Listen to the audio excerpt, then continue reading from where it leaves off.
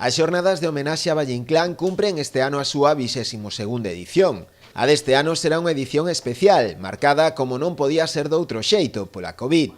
Para poder asistir a moitas das actividades programadas, cumprirá reservar praza previamente, debido ás limitacións de capacidade impostas en materia sanitaria. Se está demostrando, eu creo, que cando se fan ben as cousas non existe risco, se respetan as distancias, o uso da mascarilla obrigatoria, todas as medidas que coñecemos, e, polo tanto, é importante seguir adiante con este tipo de actividades. As persoas que queiran asistir a calquera actividade que aparece na programación terán que facer unha reserva no teléfono 981, que se vai habilitar para este acto, 981 84 3280, marcando a extensión 2014.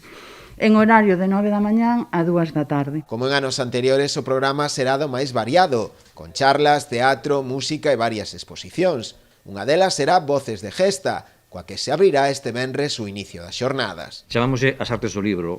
É unha reimpresión de gravados orixinais do libro Voces de Gesta, Tragedia pastoril de Ramón del Valle Inclán.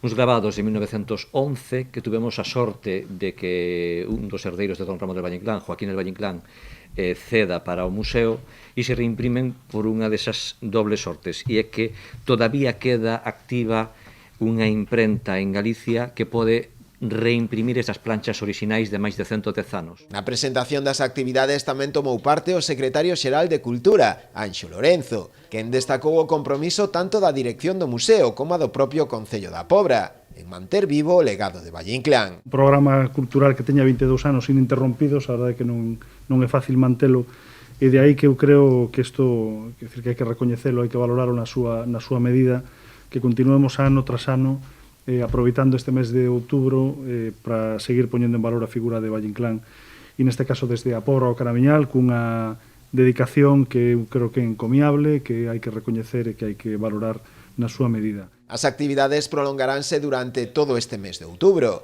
No programa destaca tamén a ofrenda cívica prevista para o vindeiro 30, con acto conmemorativo na Praza do Cantón da Leña.